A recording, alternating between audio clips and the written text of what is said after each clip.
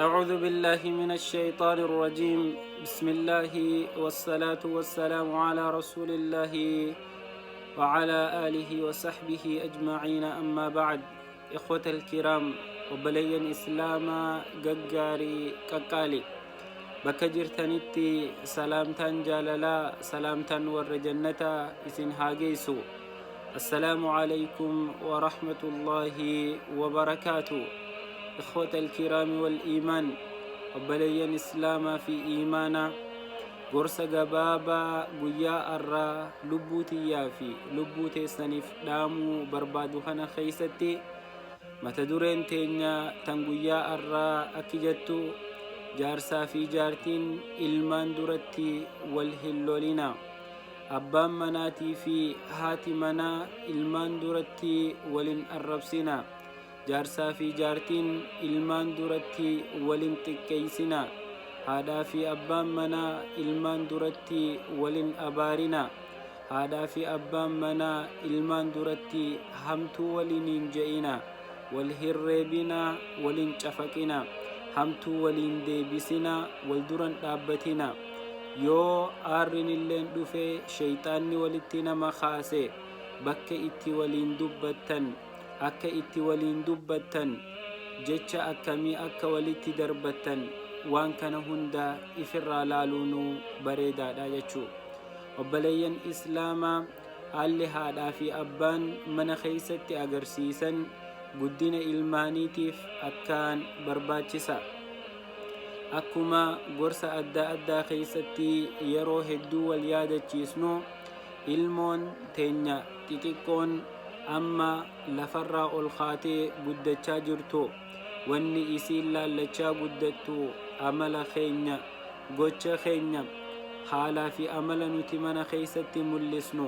haalaa fi amala nuti abbaan manaatii fi haati manaa amala mana keessatti isaan agarsiisnu kana qabatteetii ijoolleen teenya guddatti. Kanarratti jireenyi isii jaarrama. Kanarraa fakkeenya gurguddaa fudhatanii fuuldura isaanii ijaaran. Haadhaa fi abbaan mana keessatti madrasaa ijoolleeti. Ijoolleen afaan hin beeyne bakki isiin afaan irraa bartu haadha yookiin abbaadha. Amala gaarii, amala hamaa, amala fokkotaa, araada adda addaa takkaanuu kabajaa bakki ijoolleen jalqaba irraa barattu osoo madrasatti gadi hin baane, osoo mana barumsaatitti gadi hin baane, osoo hawaasa keessatti hin laaqamne, osoo jireenya isaanii kan hawaasummaan eegalle jireenyi isaanii qulqulluun khasirrii mana keessaa gad eegala. Yoo nuti mana keessatti adaba barsiisne, yoo nuti mana keessatti kabajaa barsiisne, yoo nuti mana keessatti akkaataa namaa waliin itti haasawan karaa bareedinaatiin barsiisne, ilmoon teenya tun amala bareedaa, akhlaaqa bareedaa, hayaa gaarii irratti guddattee hawaasatti gabbaati. Yoo nuti mana keessatti wal nyaannu taate, yoo nuti mana keessatti wal arrabsaa oollu taate, yoo nuti mana keessatti wal tumaa oollu taate, yoo nuti mana keessatti wal xiqqeessaa oollu taate, yoo nuti mana keessatti hamtuu afaan nu dhufte hunda ijoollee dura dhaabbannee kan walitti darbannu taate, ilmoon teenya hammeenya, fokkina, safuu cabu jirtu, aadaa fofokkottuu akkanaa tana nurraa, haadha manaa keenyarraa, abbaa manaatirraa, jaarsaa fi jaartiirraa laalaa guddatan jechuu. Kanaaf yaa haadha, yaa abbaa, yeroo mana keessatti waliin haasoytan, yeroo mana keessatti waliin buutan, yeroo shayxaanni isin jidduu dhufee walitti isin naqu haala keessan laalladhaa. Ilmaan nu bira jiran moo nu biran jiran, ilmoon tiyyatun maal narraa baratti, yooniin haadha manaa tanaan lolee haadha manaa tana xiqqeesse ilmoon tiyya maal narraa fudhatti, maal narraa baratti jennee if haa gaafannu. Obboleeyyan islaamaa arrabaa fi ilkeen waliin malee waa dalaguu hin dandeenye tunuu waliin buuti. Akkasuma haadhaa fi abbaan manaa maaliif walitti bu'an, maaliif wal reeban, maaliif wal qeeqan, maaliif wal arrabsan, maaliif harkaan walit dabran jechuu hin dandeenyu. Tuni sunnaa hayaataati. gorsi bareedaan lubbuu tiyyaa fi lubbuu teessaniif guyyaa arraa dhaamu yeroo mana keessatti shayxaanni nu jidduu seenee haadha manaa wajjin abbaa manaa wajjin afaan keessa wal dabarree waa waliin jennu yeroo waliin loluu feenu yeroo wal gorfachuu feenu akka ijoollee duratti waliin hin lolle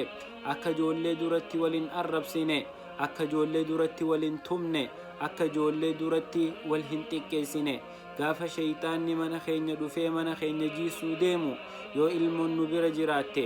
ilmoo tana gurfaa isii takkaanuu kutaa ciisicha isii akka seentee teessu goone eegasiin booda waan walitti haasa'uu barbaannu waan walitti himachuu barbaannu waan wal gorfachuu barbaannu waan wal dura qabachuu barbaannu waan waliif fudhachuu barbaannu waan wal fudhachiisuu barbaannu hundaahuu bakka ijoolleen teenya hin jirretti waliin haa dubbannu. maaliif jennaan yoo nuti isaan duratti wal oofnu taate yoo kan nuti isaan duratti wal xiqqeessinu kan nuti isaan duratti wal arrabsinu kan nuti isaan duratti wal reebnu taate amala kiyyaa fi haadha mana tiyyaatirraa ilmoon xiqqoon amma guddachaa deemtu tun hammeenyan taane abbaan manaa haadha manaa kabalaa abbaan manaa haadha manaa arrabsaa abbaan manaa haadha manaa xiqqeessaa jaartiin jaarsaaf arraba deebistii harka jaarsatti ol kaastii abbaa manaa xiqqeessitii abbaa manaatiin waa jechaa kilaasii keessatti achi deemtii bakki ijoolleen irraa barattee hawaasa keessatti ittiin gabbaatu bakka tanaa jechuu tana qofattiin oolamne yaa obboleeyyan kiyya jireenya keenya balleessinee jireenya ijoollee teenyaa akkan balleessine yeroo hedduu osoo wanni feenu jirtu osoo shayxaanni nu dogongorsiisu wantoota feenu wantoota godhuu barbaannu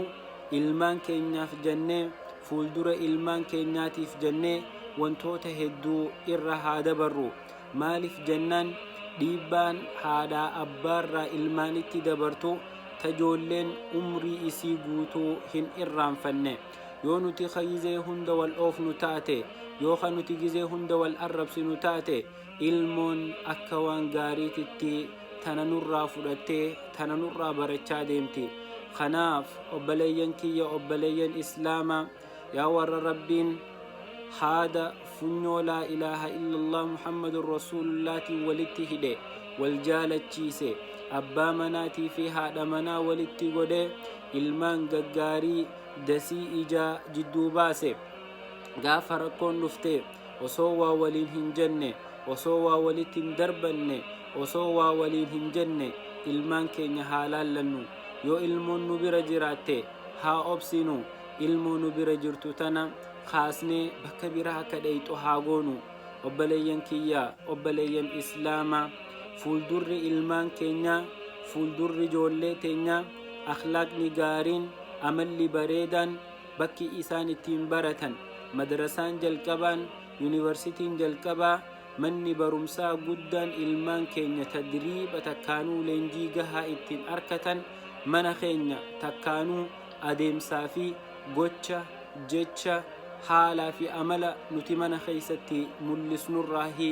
ijoolleen waan isaanii tolu waan isaaniif malu barachaa guddatti. kanaaf obboleeyyan keenya nuti fuuldura ilmaan keenyaa jireenya ilmaan keenyaa akkasuma akhlaaqa ilmaan keenyaa tahuu if beeyne mana keessatti ilmaan abbaa takkaanuu haati ilmaan waan gaarii irraa baratan ilmaan waan gaarii irraa dhagayan haadhaa fi abbaa ilmoon ittiin gorfamtu haadhaa fi abbaa madrasaa qulqulluu tarbiyaa islaamaatitti ilmaan guddisu haa taanu.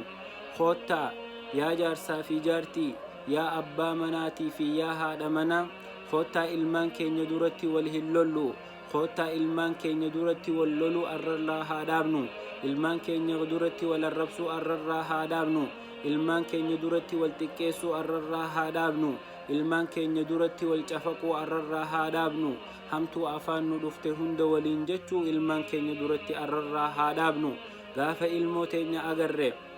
gaafa ilmoo teenyaan mana keessa jiraa agarre ilmoon tun waaniin anja'u وانين انقدو وانين انهجدو لا لا قدتين سمو خيسا ندفته ilmaan keenyaaf khayrii yaanne toltuu walitti haa dubbannu hamtuurraa harka wal haa qabnu ilmoo teenya haa gorfannu haadha manaa teenya haa gorfannu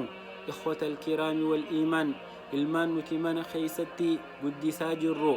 ilmaan ganaa hawaasa kana dhaalanii ilmaan ganaa hawaasa addunyaa kana hooggananii ilmaan ganaa hawaasa addunyaa kana waa barsiisan ilmaan hawaasa kanaaf dooktara ta'u ilmaan hawaasa kanaaf sheekha ta'u ilmaan hawaasa kanaaf caalima xaafiza ta'u ilmaan hawaasa kanaaf barsiisaa ta'u ilmaan hawaasa kanaaf duree ta'u ilmaan eeyduu hawaasa kanaa ta'u ilmaan aadaa fi safuu fi amantii hawaasa kanaa jabeessu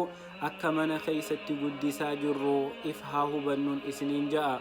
obboleeyyan kiyya obboleeyyan islaamaa ilmaan mana keeysatti nu jala guddatanii kanaa jennee khayrii walii haa yaannu toltuu walitti haa dhaammannu wal bira dhaabbannee waan afaan nu dhufte hunda keeysatti gad haa qabnu isiniin jechuun barbaada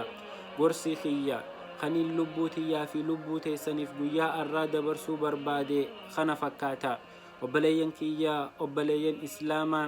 gorsa kana irraa baradhaa waliif qooda akkasitti qooda irraa fudhadhaa obboleeyyan keeysaniifis dabarsaa جزاكم الله خيرا بارك الله فيكم هذا وبالله التوفيق وآخر دعوانا عن الحمد لله رب العالمين وصل اللهم وسلم على نبينا محمد وعلى آله وصحبه أجمعين والسلام عليكم ورحمة الله وبركاته.